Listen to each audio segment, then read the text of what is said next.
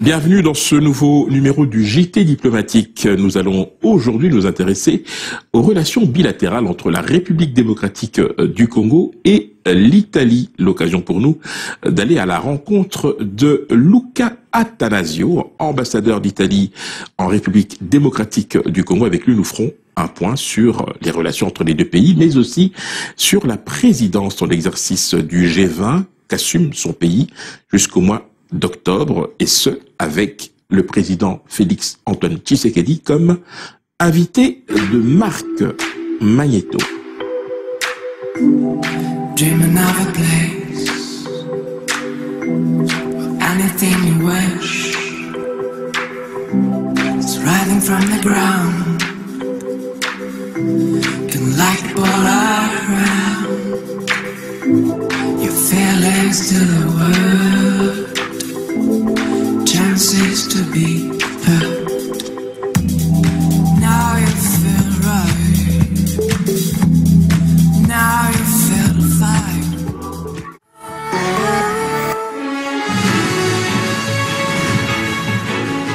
Bienvenue dans ce nouveau numéro du JT diplomatique. Aujourd'hui, nous allons nous intéresser aux relations bilatérales entre la République démocratique du Congo et l'Italie. L'occasion pour nous, de faire un bilan des relations entre ces deux pays, dont l'amitié, les liens de coopération, aussi bien au niveau bilatéral et autres, n'ont jamais été démentis. Et pour ce faire, quoi de plus normal que d'accueillir celui qui représente l'Italie en RDC maintenant depuis 4 ans, son Excellence, Monsieur Luca Attanasio, ambassadeur d'Italie. Monsieur l'ambassadeur, bonjour.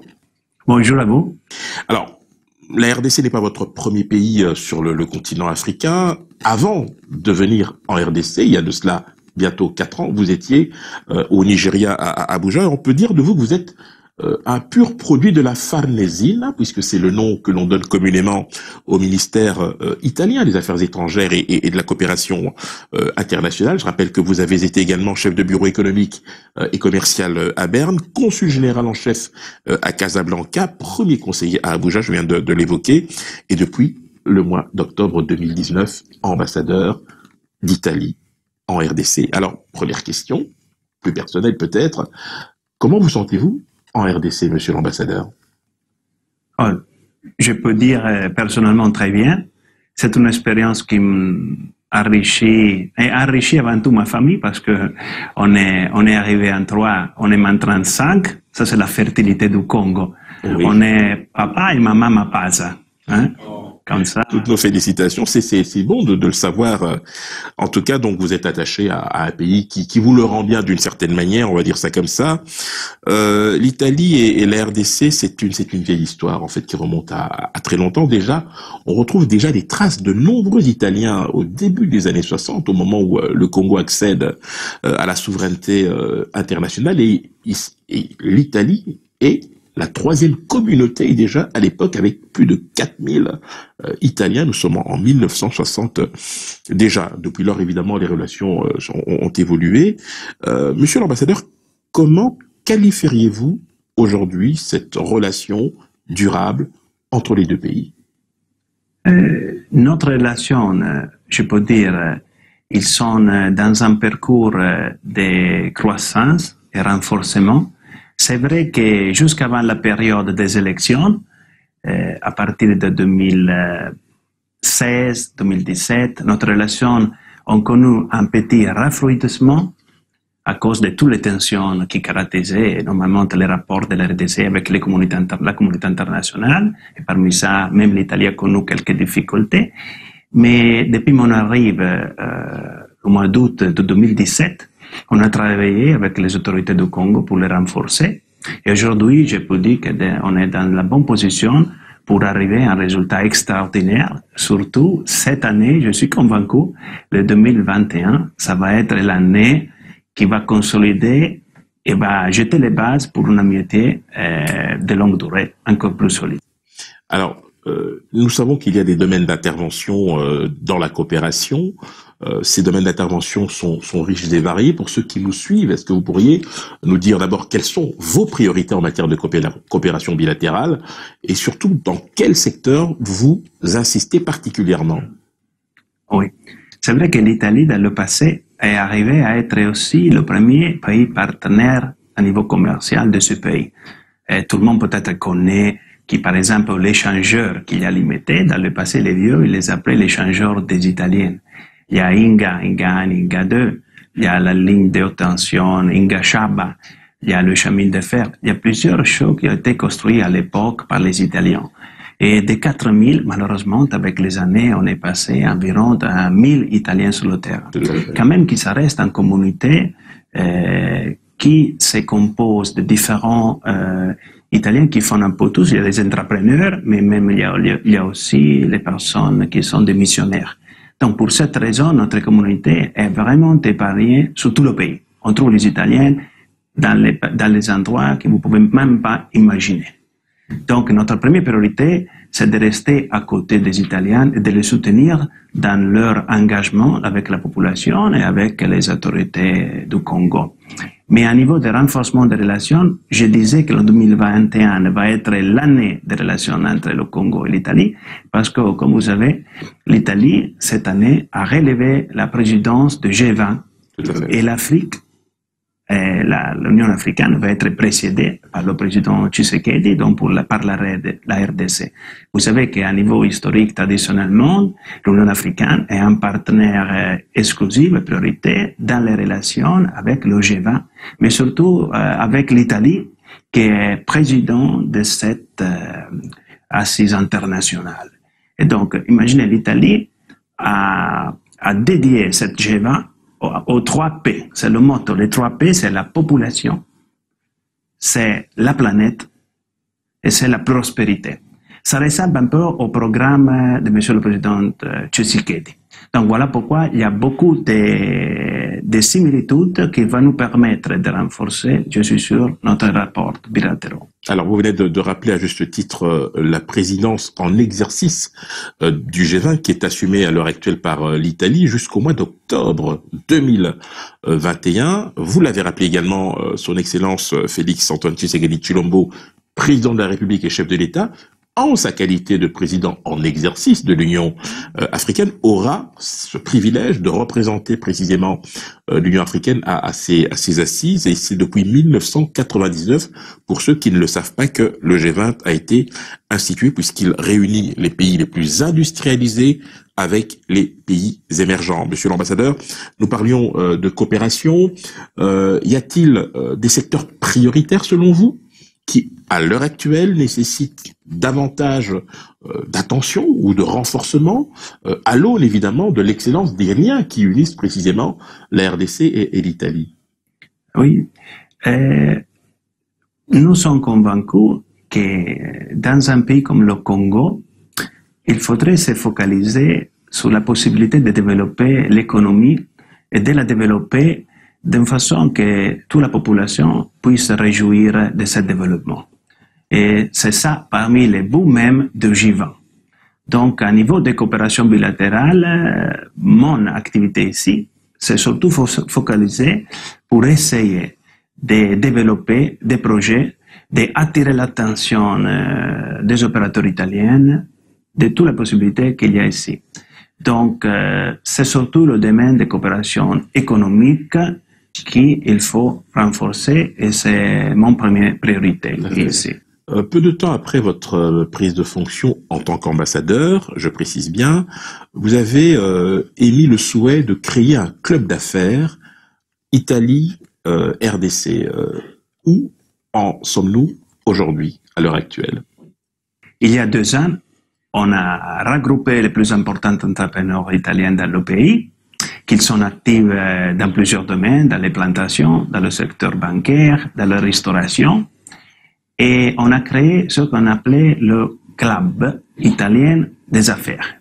Mais ça reste toujours un club de concertation entre nous, Italiens, pour voir de faire un peu système, de s'aider et de se soutenir pour avoir majeur contact, pour échanger des opportunités, mais surtout pour collaborer. Parce que la tendance, c'est aller chacun pour eux, mais l'union fait la force. Est-ce que la création d'une chambre de commerce et d'industrie italo-congolaise vous semble souhaitable? C'est souhaitable, mais il faudrait avant tout avoir un niveau des échanges commerciaux pertinent, effectivement. Monsieur l'ambassadeur, nous allons, si vous le permettez, parler de la situation sécuritaire, notamment à l'est de la République démocratique du Congo. L'Italie s'est toujours montrée attentive à l'évolution de la situation. Le passé nous renseigne également que l'Italie a toujours pris des positions très courageuses en faveur de la RDC, mais là tout de même, il y a des massacres à répétition et on a l'impression que y mettre fin serait véritablement un défi quasi insurmontable. En tant qu'ambassadeur d'Italie, quels sont selon vous les outils qui pourraient être éventuellement mis à profit ou utilisés pour éventuellement mettre un terme à cette situation qui cause beaucoup de souffrance, notamment dans les populations? À niveau personnel, et même l'Italie, suivent avec grande attention ce qui se passe à Beni, Butembo, dans cette zone, parce que nous avons des missionnaires italiens qui nous réfèrent, qui nous disent qu'est-ce qui se passe. Donc, on lit même au-delà de ce qu'il a presté. Donc, on est touché particulièrement pour des expériences vécues par des Italiens qui sont témoins et partagent la sorte de la population. Donc, je vois qu'il y a deux actions. La première, c'est à niveau diplomatique, donc s'assurer que la communauté internationale soit engagée et reste engagée dans ce domaine. L'Italie partage son action à travers l'Union européenne et son action à l'intérieur de la MONUSCO. Mais en même temps, il y a toute une sensibilisation qui se passe en Italie sur cette thématique. Vous allez lire, il ne passe aucune journée en Italie qu'il n'y a pas une page d'un journal principal en Italie qui parle de ce qui se passe à l'est du pays.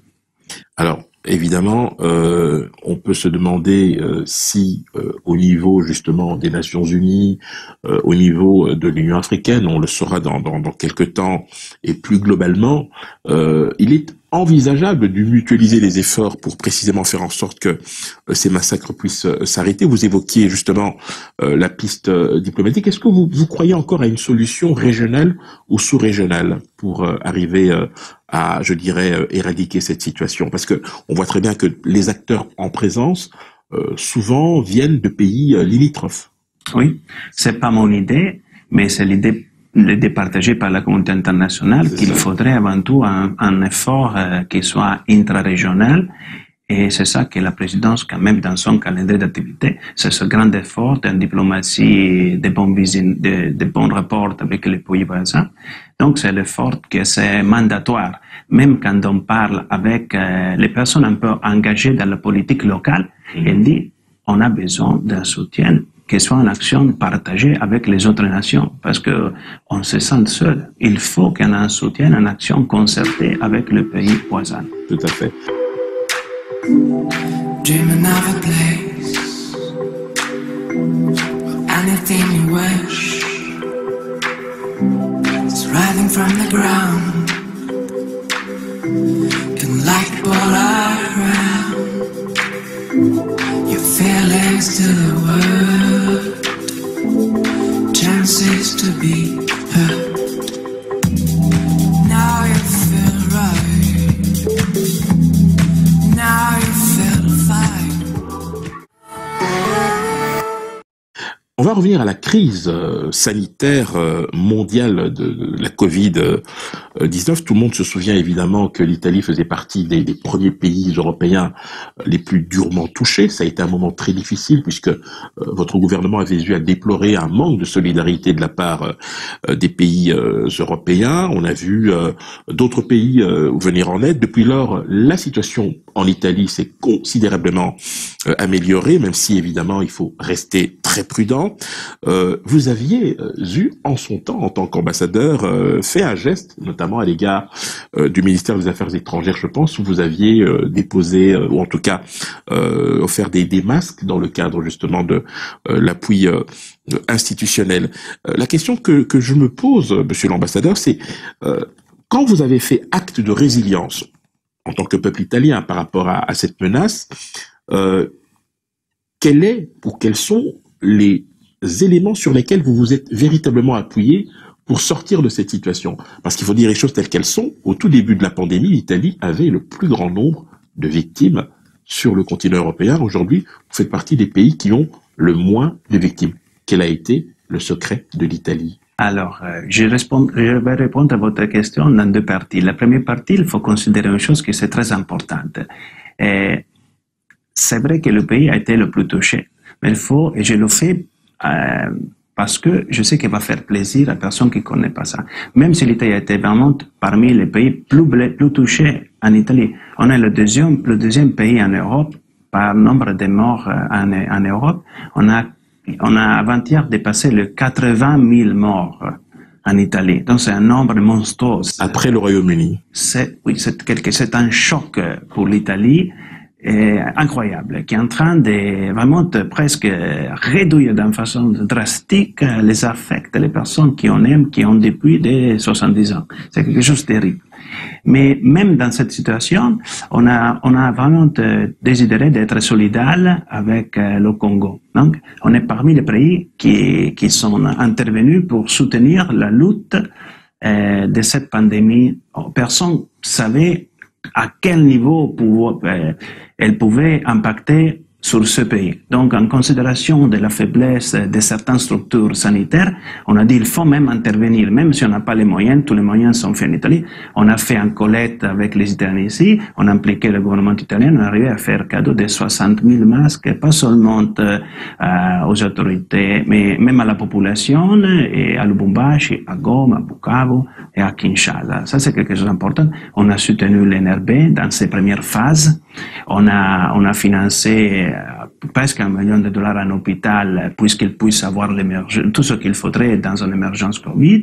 Et on a même donné des fonds à travers l'Organisation mondiale de la santé. Donc ça, cette côté solidaire avec la population, c'est quelque chose qu'on a fait vraiment avec grand cœur. Mais le deuxième aspect de quoi vous avez parlé, c'est vrai qu'à un certain moment, on avait témoigné une baisse significative des cas. Tout à fait. Mais récemment, la demande augmenté. Et aujourd'hui, on est encore dans une grave crise.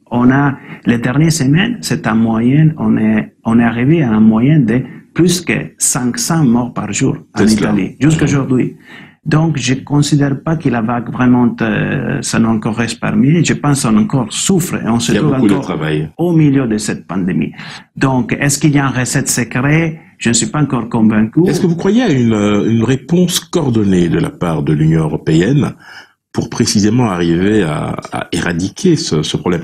Certes, il y a déjà la mise en circulation des vaccins. Où en sommes-nous, par exemple, en Italie à l'heure actuelle? Est-ce que la campagne a déjà commencé? Oui, dans toute l'Europe a donné preuve de grande solidarité dans le cas de cette vaccination. C'est l'Union européenne qui gratuitement a acheté et a fait cadeau et a distribué à tous les pays membres de l'Union européenne. Et gratuitement, on fait cette vaccination. La vaccination a commencé depuis 2 semaines. En Italie, on est arrivé à 1,5 de la population déjà vaccinée. Et on a démarré par les opérateurs sanitaires. Est-ce que c'est obligatoire ou bien qu'est-ce que vous répondez à ceux qui émettent des doutes, des réserves par rapport au vaccin? Il y a tout un grand débat à ce sujet, mais les autorités, ils n'ont pas obligé la vaccination. Ça reste un devoir, on croit, pour qui est un opérateur sanitaire, et après, ça reste à la conscience personnelle. Effectivement. Monsieur l'ambassadeur, avant que nous n'arrivions donc à la conclusion de notre entretien, je voudrais vous demander votre sentiment par rapport justement aux perspectives que vous entrevoyez pour la RDC en cette année 2021 où la présidence en exercice de l'Union africaine sera assumée par la République démocratique du Congo, son Excellence Félix Antoine Tshisekedi Tshilombo. Nous avions rappelé en introduction qu'il représentera l'Union africaine lors du prochain sommet du G20. C'est dans quelle ville vous avez déjà choisi? Rome. Ce sera à Rome. Très bien. Quel message souhaitez-vous adresser à cet instant précis au peuple congolais? Moi, je pense, quand on regarde le Congo, on a toujours pensé, on regardait le Congo, on pensait toujours à la richesse de ses ressources naturelles. Mais cette Covid a aidé elle a accéléré le change de mentalité du monde. Dans quel sens? Elle commence à pousser les gens à dire, ah, la chose plus importante, c'est notre rapport avec la nature. Et l'économie peut devenir une économie ciblée, construite autour de l'exploitation positive de la nature. Donc, ce qui s'appelle la révolution verte. Alors, quand je regarde le Congo, je vois une autre immense richesse.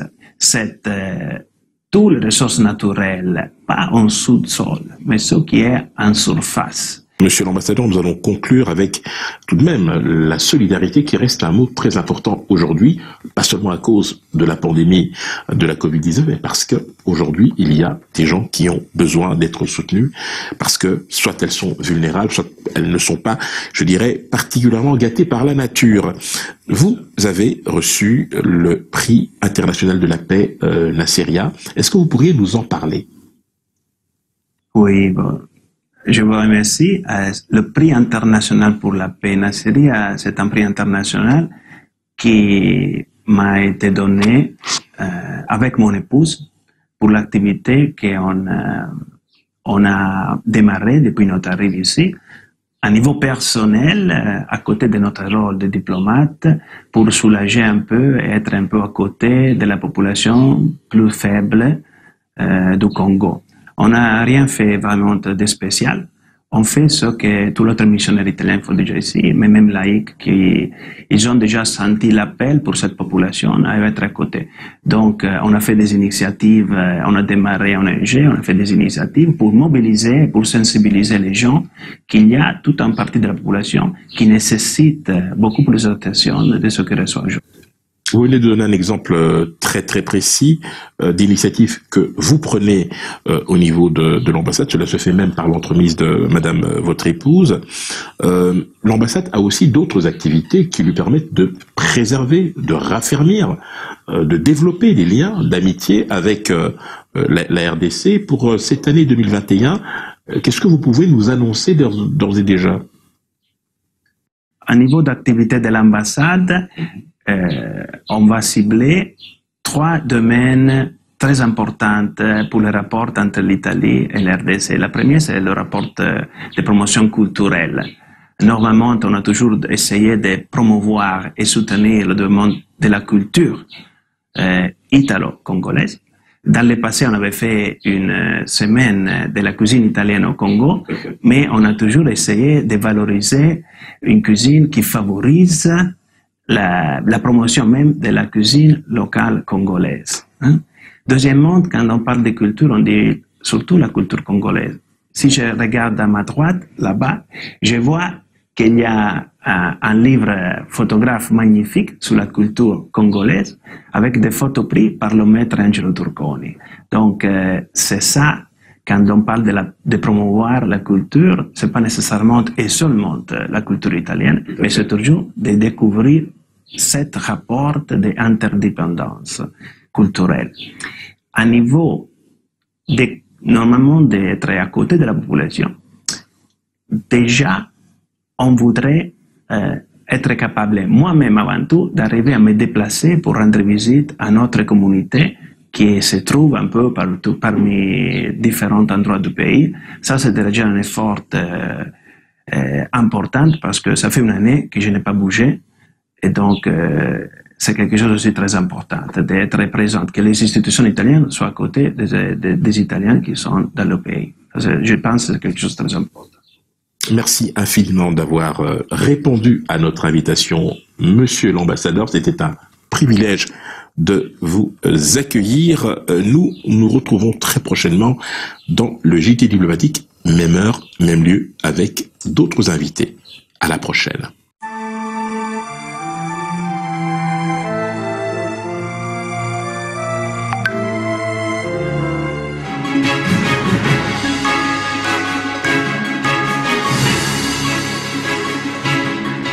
Vous l'aurez compris, les relations entre la République démocratique du Congo et l'Italie sont au beau fixe.